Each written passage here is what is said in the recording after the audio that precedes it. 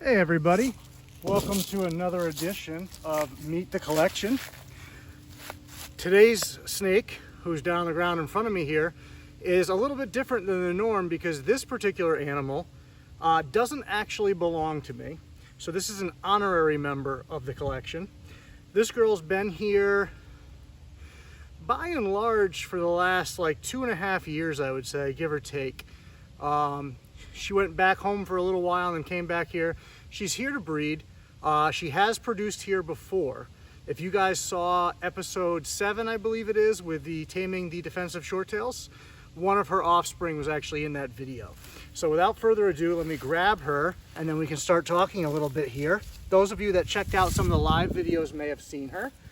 This is Rob Christian's female Ocelot Borneo shorttail, and she was produced by Matt Minatola at Philly Herp. Now she is polar opposites of my Ocelot. My Ocelot is a piece of crap. Not looks wise, I mean, he's a phenomenal animal, but he's just a huge jerk. She is a giant sweetheart.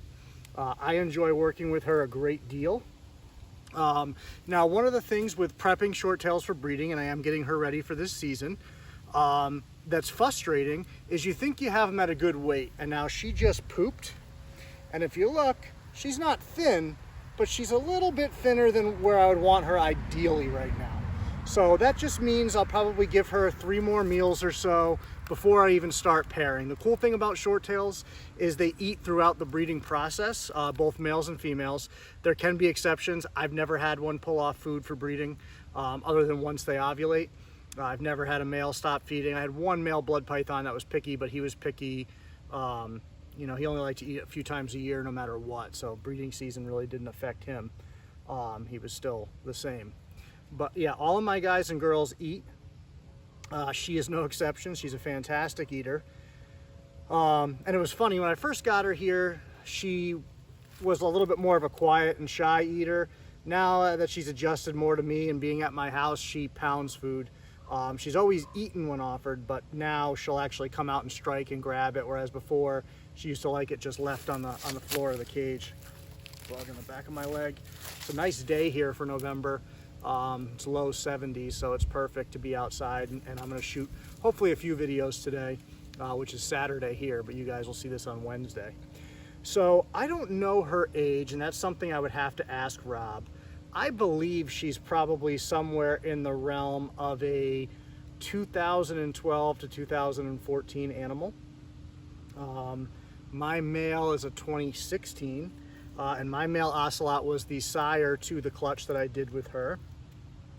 This year she'll be going to a different male, which I'll probably do a video on in the members only section. So if you haven't checked out the memberships, a lot of my behind the scenes breeding stuff is going to go on there, just so that I have something to offer everybody that's participating in that and supporting the channel in that way. So definitely check that stuff out. You can see there's a join button next to the subscribe button, which hopefully you're already subscribed. I know on iPhone sometimes it's not there, so you may have to go onto a desktop. I think there's like a backdoor way to do it from iPhone, but for some reason it doesn't display that join button all the time. But if you go onto a desktop, it'll be there, or if you're on an Android device, it should be there. As you can see, super calm animal. If this was my Ocelot, I would have been bitten at least 6 times by now. He would have flopped on and off the ground. He would have grabbed my legs. Like, he's just awful. So it's a pleasure having her here. You know, maybe I'll just steal custody and never bring her back. And don't tell Rob, you know, because we know he won't watch this far, so it would be safe to say. But don't tell him I'm just going to steal her. She's just a great animal. And you can see she's just chilling, looking around, checking out the sights. She hasn't been outside probably, I don't think, in over a year. I don't think I took her out at all this year outside. Not that I can remember anyways. Maybe real quick to do a deep clean on her cage. I might have had her out for a few minutes. So I'm going to try to get some pictures of her today. It's not good picture weather for shorttails, but not going to be many more days like these, so I'll take some pictures regardless. So Ocelot is a genetic morph, and it's a genetic morph that we don't really have all that much information on it. So Matt is the founder of the Ocelot stuff, so he would probably know it the best. But you can pair, like we paired 2 ocelots together, and we did get some ocelots. We also got some really funky looking babies, some really nice striped stuff. You know, so it's not a straight recessive gene, but you can have 2 animals that Matt just refers to as het ocelot, which means they came from ocelot pairings, and they cannot visually show anything ocelot, and you can still get ocelot offspring. So in that sense, it's almost working like a recessive. I tell people all the time that Borneo genetics can be very frustrating and very difficult to learn. Ocelot is no exception to that. It's also why I think a lot of people don't get into Borneos as much, because they don't know. It's a hard sell when you're telling somebody, well, you could buy this animal and you might be able to reproduce it, but you might not be able to, you know, on your first try, or you might have to breed it to this or that. So it's very fun because you can breed an ocelot to a normal looking animal and still, you know, produce some type of ocelot offspring. So it's just working all different ways. Bug on her back. But yeah, so we'll get a little bit more weight on her.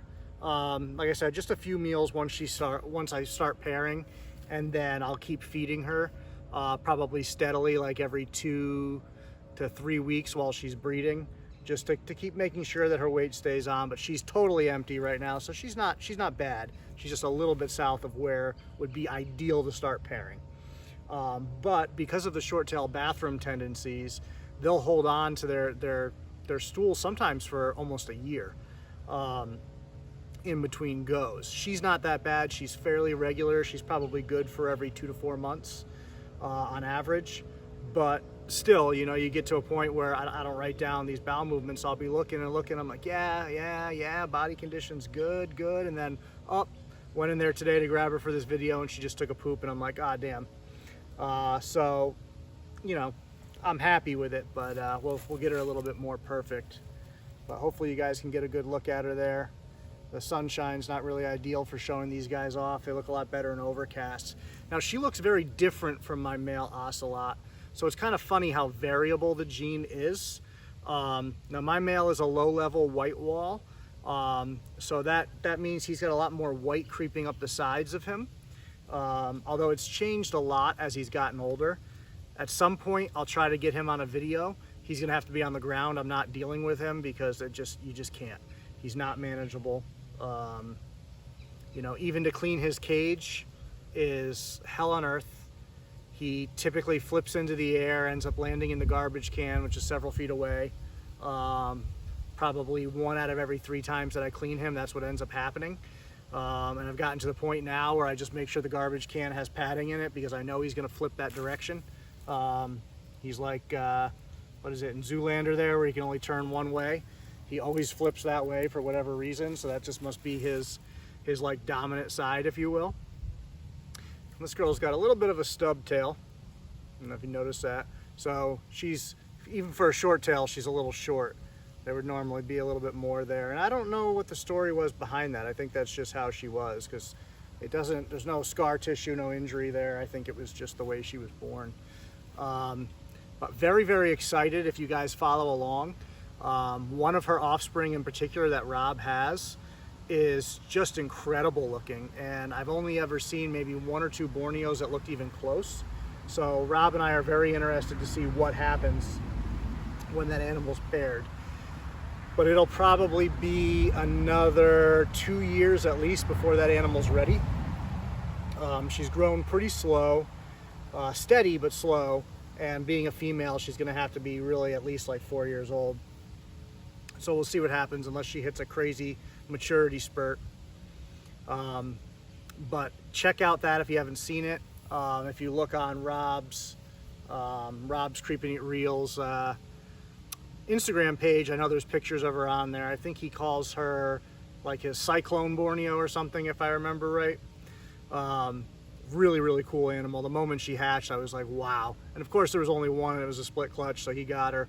But that's fine, because he's taking great care of her. She's doing really well there.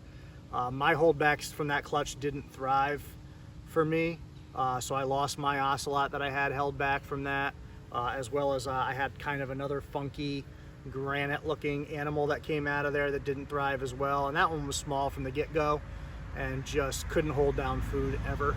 It was really, really frustrating. I got really disheartened by that whole thing because I was very excited to work with those holdbacks. So hopefully this year she'll take, and like I said, it'll be a little bit different pairing, so stay tuned for that, and we'll see what comes out of there. To my knowledge, it'll be the first time those two things are paired together, if it's successful. Doesn't mean it hasn't happened, but I've never seen it, and there's only a limited number of people that have both of those genetics within their collection. So we'll see how it goes. What are you doing with your tail sticking up in the air? You gonna start windmilling?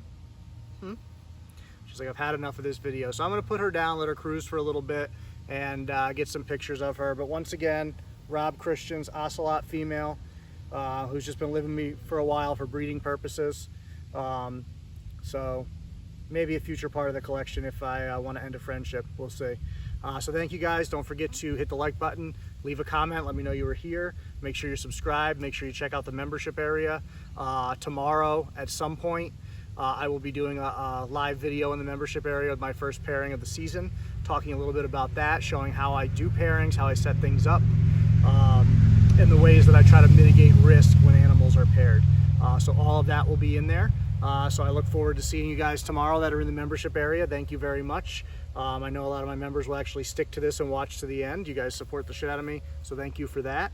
Also, if you didn't see it, I was a guest on the Trap Talk with MJ podcast Thursday. So that's up on YouTube and also on other podcast platforms. But you can check that out. It was like 2 hours and 20 minutes that him and I talked. I brought out some snakes for that, my white lip, a couple of different short tails, my big blood pythons in that at the end. So definitely worth checking out. All right, we'll see you guys. Thank you.